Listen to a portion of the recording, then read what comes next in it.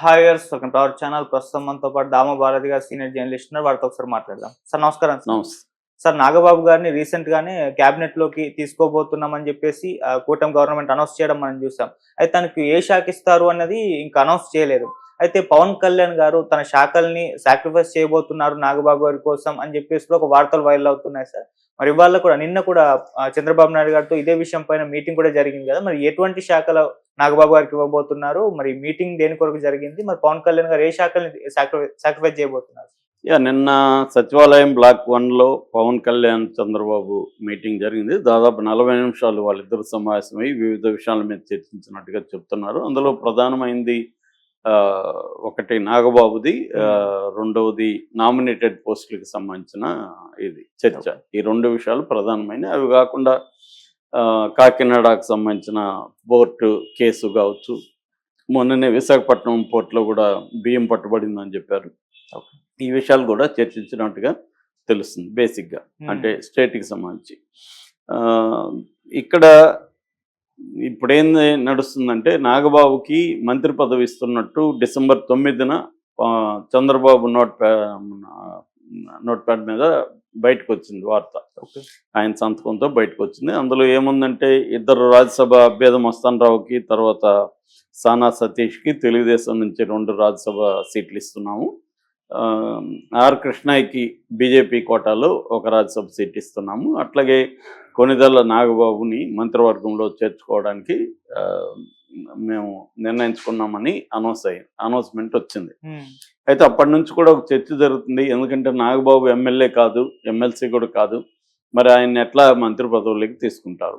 మామూలుగా అయితే ఆయన్ని ఎమ్మెల్సీ చేసి మంత్రి పదవులకు తీసుకోవాలి. బట్ ఎమ్మెల్సీ సీట్లు ఇప్పుడు ఖాళీ లేవు. ఎందుకంటే అక్కడ మండలి చైర్పర్సన్ ఆల్రెడీ రిజైన్ చేసిన రిజిగ్నేషన్లు ఇంతవరకు ఓకే చేయట్లేదు. కాబట్టి ఖాళీ అయ్యేది మార్చిలో అవుతాయి. సో మామూలుగా ఎమ్మెల్సీ ఎమ్మెల్యే కాకుండా కూడా 6 నెలల పాటు మంత్రిగా ఉండొచ్చు. 6 నెలల లోపల అతను ఎమ్మెల్సీ అవ్వాల్సి ఉంటుంది. సో ఇమ్మీడియట్గా ఒకవేళ రిజైగ్నేషన్స్ని యాక్సెప్ట్ చేస్తే ఈయనకి ఎమ్మెల్సీ ఇచ్చేసి దాని తర్వాత మంత్రి పదవులకి తీసుకోవచ్చు. లేనప్పుడు ముందు మంత్రిగా తీసుకొని దాని తర్వాత మార్చిలో ఖాళీ అయినప్పుడు కానీ, ఈ లోపల ఏమన్నా రిజిగ్నేషన్స్ ఆమోదిస్తే కానీ ఎమ్మెల్సీ ఆయనకి ఇవ్వడం జరుగుతుంది. సో ఈ విషయం మీద చర్చ చేసినట్టుగా అర్థమవుతుంది నాగబాబు సంబంధించి. అంటే ముందు ఎమ్మెల్సీ తీసుకొని లేటుగా అయినా ఇద్దామా, లేకపోతే ముందు మంత్రి పదవి ఇచ్చేసి తర్వాత ఎమ్మెల్సీగా తీసుకుందామా? ఎందుకంటే ఆల్రెడీ 6 నెలలు అయిపోయింది కాబట్టి ముందుగా మంత్రి పదవి ఇచ్చి మంత్రి వర్గంలోకి తీసుకొని దాని తర్వాత ఎమ్మెల్సీ ఇద్దామనేది వాళ్ళిద్దరి మధ్య ఒక అభిప్రాయం, ఒప్పందం కుదిరినట్టుగా చెప్తున్నారు. అయితే ఇప్పుడు నాగబాబుకి ఏ శాఖ ఇవ్వాలి అంటే, మామూలుగా 25 మంత్రులు ఉండొచ్చు, 24 ఉన్నారు. ఇప్పుడు లా అండ్ ఆర్డర్ లాంటిది చంద్రబాబు పెట్టుకున్నాడు. మామూలుగా అయితే లా అండ్ ఆర్డర్ నాగబాబుకి ఇప్పించాలని పవన్ కళ్యాణ్ అనుకున్నాడు అనేది గతంలో వార్తలు వచ్చాయి. ఎందుకంటే ఆయన లా అండ్ ఆర్డర్ సరిగా లేదు అనే అసంతృప్తి ఆయనకు ఉంది స్టేట్లో. దాన్ని ఆయన చంద్రబాబు లేక హోమ్ మినిస్టర్ అనితను తప్పుపట్టిన సంఘటనలు కూడా మనం చూసాం. కాబట్టి దాన్ని మన కంట్రోల్లో, అంటే జనసేన కంట్రోల్లో ఉంటే బాగుంటుంది అనేది పవన్ కళ్యాణ్కి ఉన్నది. కానీ అది చంద్రబాబు ఇచ్చే పరిస్థితి లేదు. చంద్రబాబు దాని కీలకమైన శాఖ కాబట్టి తన దగ్గర అనుకుంటున్నాడు. రెండవది గనుల శాఖ.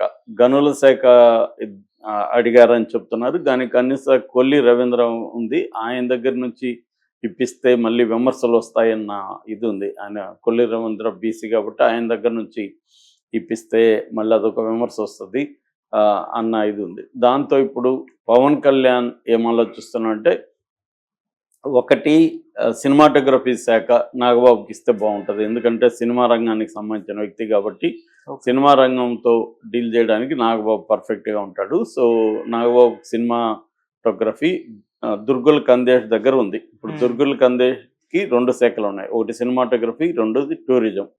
సో సినిమాటోగ్రఫీ శాఖని తీసి నాగబాబుకి ఇవ్వాలి. కానీ ఒకటే ఇస్తే నాగబాబు పెద్ద వెయిట్ ఉండదు కాబట్టి రెండో శాఖ కూడా తనకి ఆల్రెడీ 5 శాఖలు పవన్ కళ్యాణ్ దగ్గర ఉన్నాయి. పంచాయతీరాజు, గ్రామీణాభివృద్ధి, అటవీ, పర్యావరణ, సైన్స్ అండ్ టెక్నాలజీ, ఈ 5 ఉన్నాయి. ఈ 5లో ఒకటి గ్రామీణాభివృద్ధి కావచ్చు, లేదా పంచాయతీరాజ్ కావచ్చు, ఇలాంటివి ఒక శాఖ ఇస్తే 2 శాఖలైనా నాగబాబుకు ఉంటే కొంత వెయిటేజ్ ఉంటుందని. ఆల్రెడీ ఏంటంటే ఇప్పటికి 3 మంత్రి పదవులు జనసేనకు ఉన్నాయి. మామూలుగా ఒప్పందంలో భాగంగా 4 ఇవ్వాలనేది అనుకున్నారు. ఓకే. సో కాకపోతే ఏంటంటే పవన్ కళ్యాణ్ నాగబాబుని రాజ్యసభకు పంపించాలనేది పవన్ కళ్యాణ్కు ఉండే ప్లాను. ఎందుకంటే ఢిల్లీలో తన వ్యక్తి ఉంటే అక్కడ లైజనింగ్కి బీజేపీ పెద్దలతో సన్నిహితం పెంచుకోవడానికి చాలా విషయాలకి ఢిల్లీలో ఉండాలి. ఒక మనిషి ఉంటే తనకి నమ్మకమైన వ్యక్తి తన దీన్ని పెంచుకోవచ్చు ఢిల్లీలో అనేది పవన్ కళ్యాణ్ అనుకున్నది. చంద్రబాబుకి ఏంటంటే పవన్ కళ్యాణ్ని స్ట్రెంగ్తన్ చేయాలా అనేది చంద్రబాబుకు ఉండదు. ఎందుకంటే పవన్ కళ్యాణ్ స్ట్రెంగ్తన్ అయితే రేపు పొద్దున అది లోకేష్కి ఇబ్బందికరంగా మారే అవకాశం ఉందనేది చంద్రబాబుకు ఉన్న ప్లాను. అందుకనే నాగబాబుని ఢిల్లీకి పోనీయకుండా రాజ్యసభ సీట్ ఇవ్వకుండా అడ్డుకున్నారు. లేకపోతే ఆయన అనుకుని ఉంటే సానా సతీష్, నిజానికి సానా సతీష్కి చాలా వ్యతిరేకత ఉంది తెలుగుదేశం పార్టీలోనే. ఆంధ్రజ్యోతి లాంటి వాళ్ళే సానా సతీష్ని చానా లీలలో అన్నట్టుగా పేరు చెప్పకుండా గతంలో రాసిన సందర్భాలు ఉన్నాయి.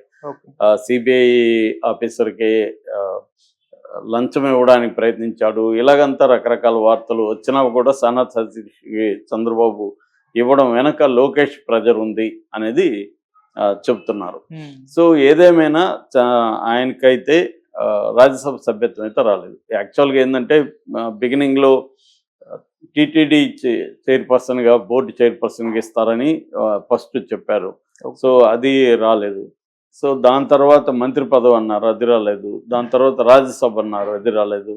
ఇలాగా నాగబాబుకి ఏ పదవి ఇప్పుడు రాలేదు. ఆల్రెడీ ఆయన అనకాపల్లి ఎంపీగా కూడా కంటెస్ట్ చేస్తాడని, అక్కడ పోయి ఆయన ఇల్లు కూడా కొంటున్నాడని ఇవన్నీ కూడా అప్పుడు వార్తలు వచ్చాయి.